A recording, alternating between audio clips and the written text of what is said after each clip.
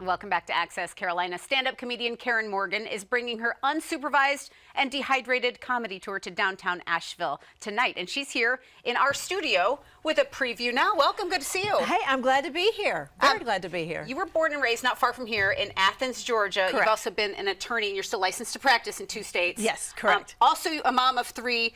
You have plenty going on. What draws you to stand-up comedy? Well, the relief from the rest of life is actually a good thing, you know. And what draws me to stand-up is what everybody needs is you need a laugh to get through the rest of the day. So that's why I'm still doing it after 20 years. I love it. Your Unsupervised and Dehydrated tour talks to people of all generations in this audience, but especially people who grew up unsupervised and maybe drinking from the water hose, but not like bottled water. Oh, definitely. We are dehydrated because we are drinking out of the water hose, hot water out of the hot water hose. So if you grew up with that sort of age group, then this show is definitely for you. And I bet you just look out in the audience and people are nodding their heads. There's a shared experience, and what unifies people in your comedy. Exactly.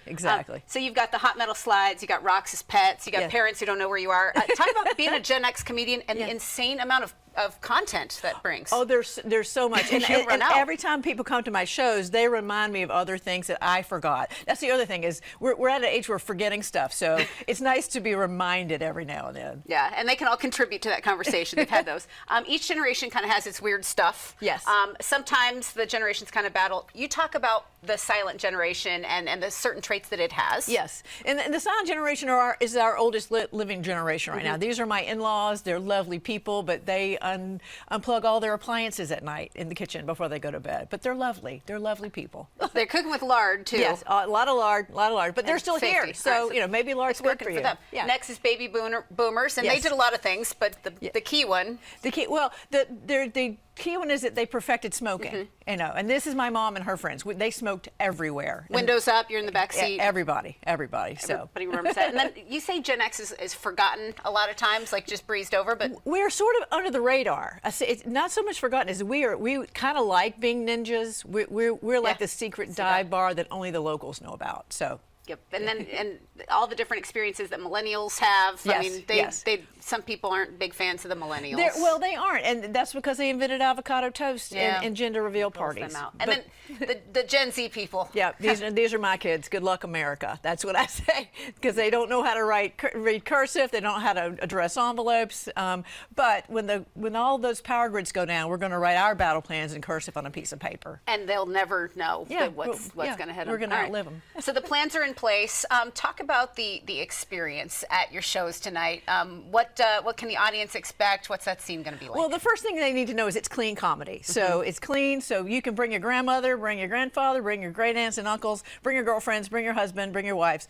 But you could bring kids because I'm clean, but they probably won't understand the nostalgia that I'm going to be talking about. And they'll be horrified about that not wearing helmets. Exactly, yeah. And we don't really want them to know. That is bound to come up. And then while you're in town, we're just curious, you know, you'd love to spend more time in the area, but you kind of zip through. What do you love about this life on the road? Oh, well, I'm on the road a lot. I've sort of been gone since January. I live in Maine, so my favorite part is being here in the springtime. There you go. In Maine, we don't have spring. We have what we call mud season. Mud season. That sounds dreadful. So I'm happy to be here. Season. There's leaves and trees and Easter. It's beautiful down here. So wonderful.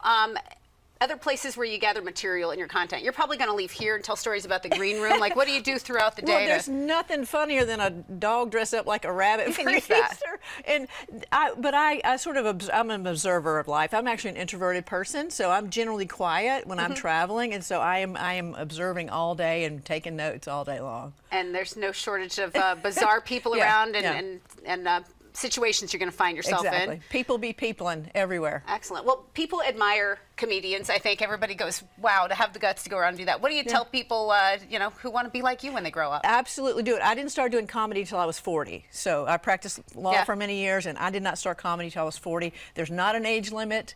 There's no restraints. If you're interested at all, just try it for fun and then see where it goes. And I like that you still practice a certain amount of law. You mix that in. Yeah. Room for everything. You just never know. I keep my license current because you just never know.